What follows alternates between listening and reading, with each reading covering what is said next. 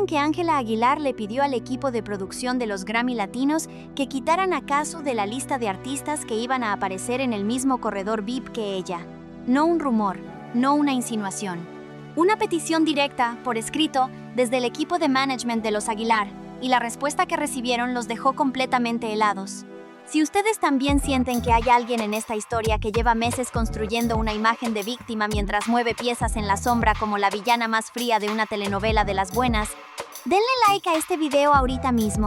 Y suscríbanse al canal porque lo que viene en los próximos minutos es mucho más grave, mucho más oscuro y mucho más calculado de lo que parece en la superficie. Activen la campanita porque esta historia tiene capas que la mayoría de los canales no se han atrevido a tocar. Pero antes de entrarle a fondo a lo que pasó después de esa petición, necesito que entiendan algo fundamental. Esta historia no empezó en los Grammy Latinos. Ni siquiera empezó hace unos meses. Esta historia tiene raíces que van mucho más atrás, en un momento muy específico que la mayoría de la gente pasó por alto porque en ese momento parecía completamente insignificante.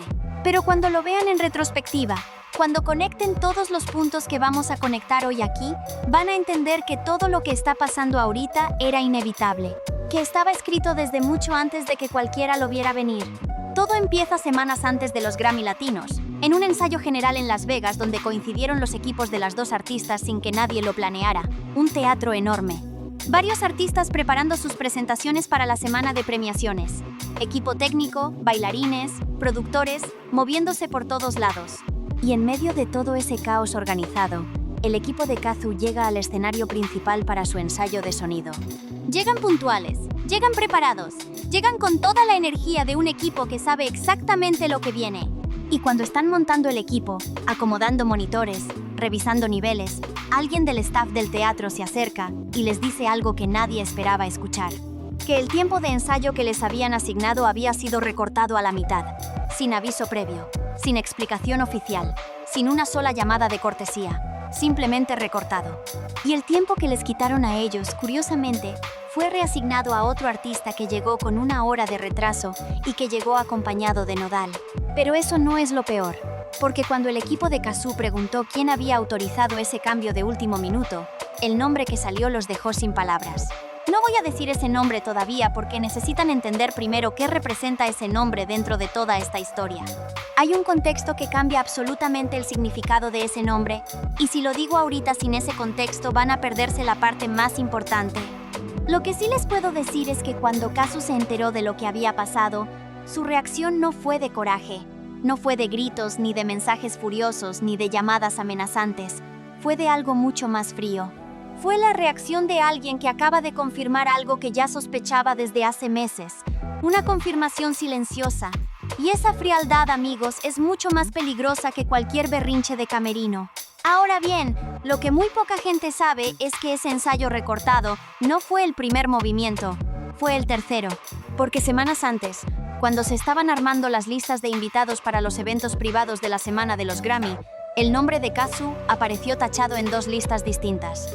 No excluido por falta de espacio, no excluido por cuestiones de agenda, tachado, con una nota al margen que decía simplemente que había un conflicto de agenda. Pero las personas que organizaban esos eventos sabían perfectamente que eso no era verdad, porque el equipo de Cazzu nunca había confirmado ni negado su asistencia. Nadie les había preguntado. Y sin embargo su nombre ya estaba tachado. Alguien se adelantó. Alguien tomó una decisión antes de que nadie pudiera objetarla. Y ese alguien, amigos, no actúa solo. Nunca actúa solo. Detrás de cada uno de estos movimientos hay una estructura, un equipo, una estrategia que lleva meses en ejecución y que está diseñada para hacer una sola cosa: borrar a Cazzu del mapa mediático sin que nadie pueda señalar a nadie directamente, sin dejar huella visible, sin que se pueda probar nada, porque cuando no hay prueba no hay responsabilidad, y cuando no hay responsabilidad el golpe llega igual pero nadie puede defenderse de él. Es el tipo de guerra que se pelea en silencio, desde adentro, con guantes blancos, y que duele exactamente igual que cualquier otra guerra, solo que esta no tiene trincheras visibles. Lo verdaderamente grave viene ahora, porque ese mismo día del ensayo recortado, alguien del equipo técnico del teatro grabó algo en su teléfono. No lo grabó con intención de filtrarlo. Lo grabó porque no podía creer lo que estaba viendo. Ese ese tipo de momento en que uno saca el teléfono casi por reflejo porque el cerebro todavía no procesó lo que están viendo los ojos. Y esa grabación lleva días circulando en grupos privados de gente de la industria en Miami, en Los Ángeles y en Ciudad de México. Y lo que se ve en esa grabación es, en palabras de quien me lo describió directamente, incómodo a un nivel que no se puede fingir ni editar. Lo que muestra ese video es a una persona del entorno inmediato de Ángela Aguilar dando instrucciones muy específicas a un coordinador de producción del evento. Instrucciones sobre qué artistas debían tener acceso a ciertas áreas del venue y cuáles no. Y el nombre de Kazu aparece en esa conversación de una manera que no deja lugar a interpretaciones creativas. No como artista a coordinar, no como colega a saludar, como problema a evitar, como elemento a eliminar del espacio. Y eso, dicho por alguien del círculo más cercano de Ángela Aguilar en un evento de esa magnitud, ante un coordinador de producción que no tenía ninguna obligación de obedecer esa instrucción, pero que la obedeció de todas formas, dice muchísimo sobre el nivel de influencia que se estaba ejerciendo esa noche. Y aquí es donde todo cambia, porque cuando ese video llegó a oídos de alguien muy cercano a Kazu, la decisión que se tomó no fue la que todos esperaban. No hubo llamada de abogados, no hubo comunicado de prensa, no hubo publicación cargada de indirectas en redes sociales. La decisión fue mucho más elegante que todo eso, y mucho más devastadora para quien había armado todo ese operativo. Kazu decidió aparecer. Así de simple y así de poderoso. Kazu decidió llegar a ese evento, caminar por ese corredor VIP que supuestamente debía evitar, saludar a cada persona que encontrara en su camino con la sonrisa más natural del mundo, posar para cada foto que le pidieran, conversar con productores, con artistas, con gente de prensa y comportarse exactamente como la artista segura, tranquila y completamente entera que es. Sin drama, sin confrontación, sin ni siquiera voltear a buscar la mirada de nadie en particular, como si toda esa operación de semanas no hubiera existido. Como si los nombres tachados y los ensayos recortados y las instrucciones al coordinador fueran simplemente ruido de fondo en una vida que sigue adelante de todas formas.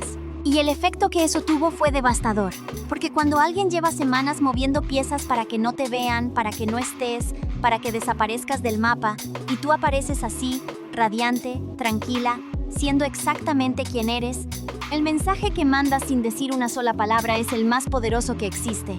Es el tipo de respuesta que no se puede atacar porque no tiene forma de ser atacada. No hay declaración que rebatir. No hay imagen que desmentir. Solo una mujer caminando por un pasillo siendo ella misma. Y eso para quien estaba esperando el error, para quien tenía todo listo para reaccionar ante el drama, fue como preparar una trampa perfecta y ver cómo el otro camina a 2 centímetros de ella sin siquiera mirarla. Pero lo que pasó después de que Kazu entró a ese evento es algo que muy pocos conocen todavía. Porque los primeros 20 minutos de su llegada fueron completamente normales. Saludos, fotos, conversaciones, música de fondo, gente moviéndose, todo normal, demasiado normal. Y esa normalidad fue lo que puso nervioso a más de uno en el equipo contrario. Porque cuando llevas semanas preparando el escenario para que alguien explote y esa persona no explota, el que termina explotando eres tú. La presión se voltea completamente. Y esa presión volteada es exactamente lo que produjo el primer error grande de la noche. Un error que nadie planeó. Un error que salió precisamente de intentar controlar demasiado. Un miembro del equipo de los Aguilar, alguien que lleva años manejando la logística de sus eventos y que en condiciones normales es perfectamente eficiente, tomó una decisión que en ese momento pareció inteligente, pero que en retrospectiva fue el movimiento más costoso de toda la noche. Decidió cambiar la ruta que Kazu tenía asignada para llegar al área de prensa. La cambió en el último momento, sin avisar al equipo de Kazu, con la intención de que los dos grupos nunca se cruzaran en ningún punto del venue. Un movimiento de control, limpio, calculado. Salvo que no contaron con una cosa. No contaron con que el nuevo camino que le asignaron a Kazu pasaba exactamente por el área donde Nodal estaba teniendo una conversación privada con su manager. Ese hombre, cuando vio a Kazu aparecer por ese pasillo, se quedó más quieto que novio, sorprendido con el teléfono desbloqueado encima de la mesa. No dijo nada, no se movió. Simplemente se quedó ahí, con esa expresión de quien no sabe si saludar, ignorar o desaparecer literalmente a través de la pared. Y Kazu, según me cuentan personas que vieron ese momento con sus propios ojos, simplemente lo miró, le sonrió con la calidez más genuina que uno puede imaginar, dijo su nombre en voz baja como saludo y siguió caminando. 3 segundos, ni uno más. Y en esos 3 segundos quedó dicho absolutamente todo lo que había que decir sin que ninguno de los dos abriera la boca.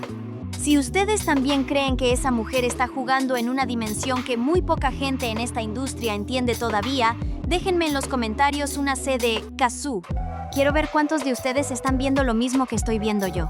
Y si alguien en los comentarios todavía cree que Ángela tiene el control de esta situación, que lo explique. Porque desde donde yo lo estoy viendo, ese control se fue exactamente en el momento en que Kazoo decidió aparecer sonriendo.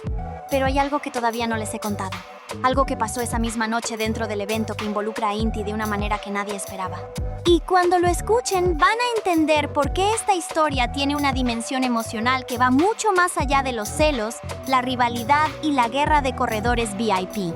Resulta que esa noche Kazoo no fue sola al evento.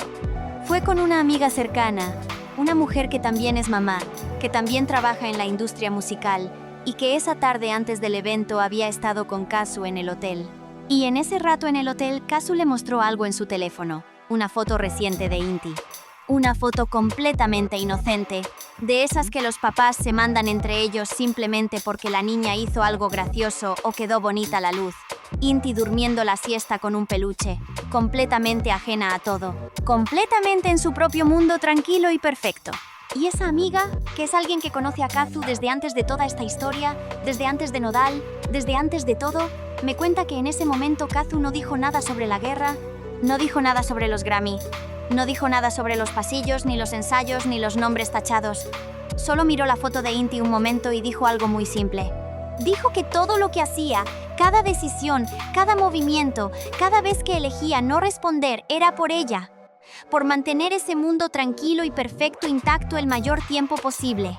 Eso no se compra, eso no se fabrica, eso no se puede imitar con ninguna estrategia de imagen por muy bien pagada que esté. Y el público, aunque no sepa los detalles de esa conversación en el hotel, lo siente. Lo siente en cada publicación de Kazoo, en cada entrevista, en cada aparición. Hay una coherencia en esa mujer que no necesita ser explicada porque se ve sola. Mientras tanto, en otro piso del mismo evento, el ambiente era completamente diferente.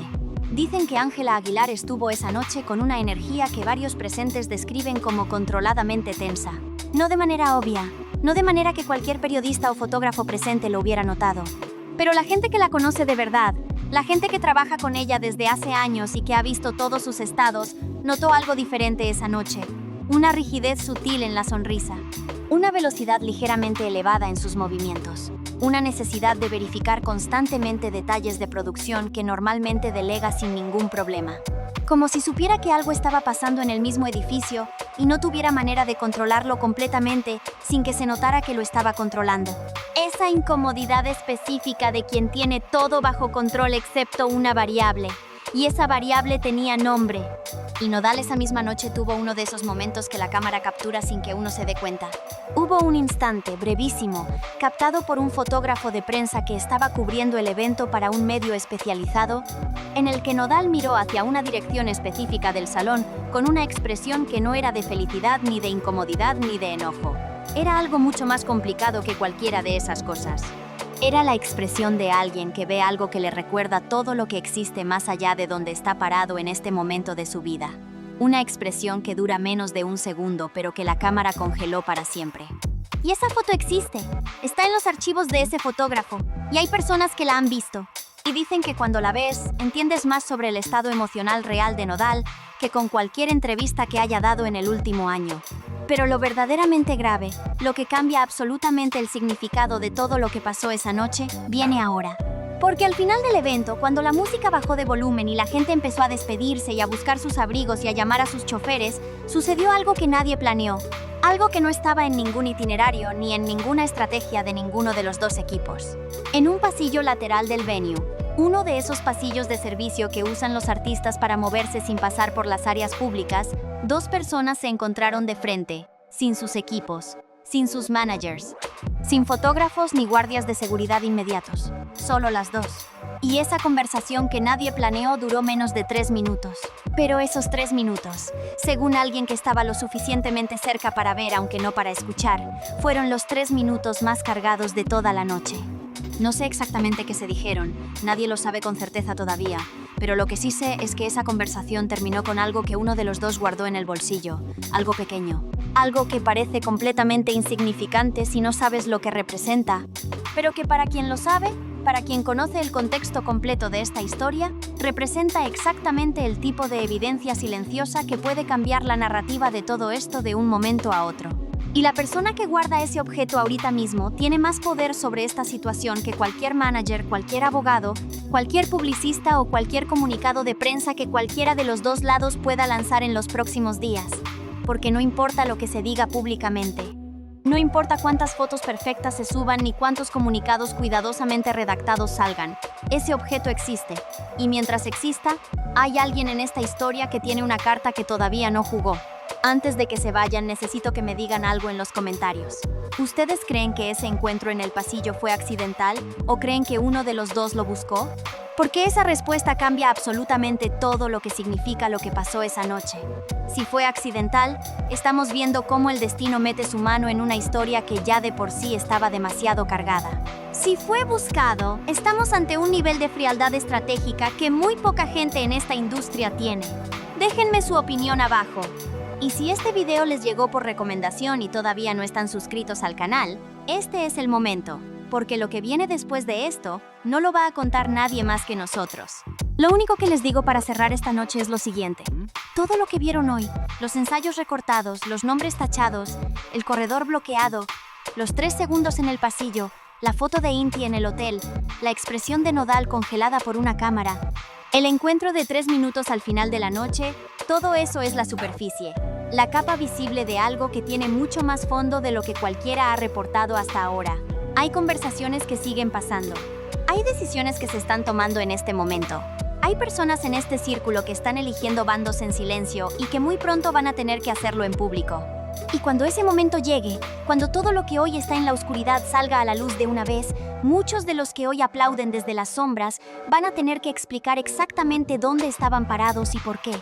Ese momento se acerca, y nosotros vamos a estar aquí cuando llegue.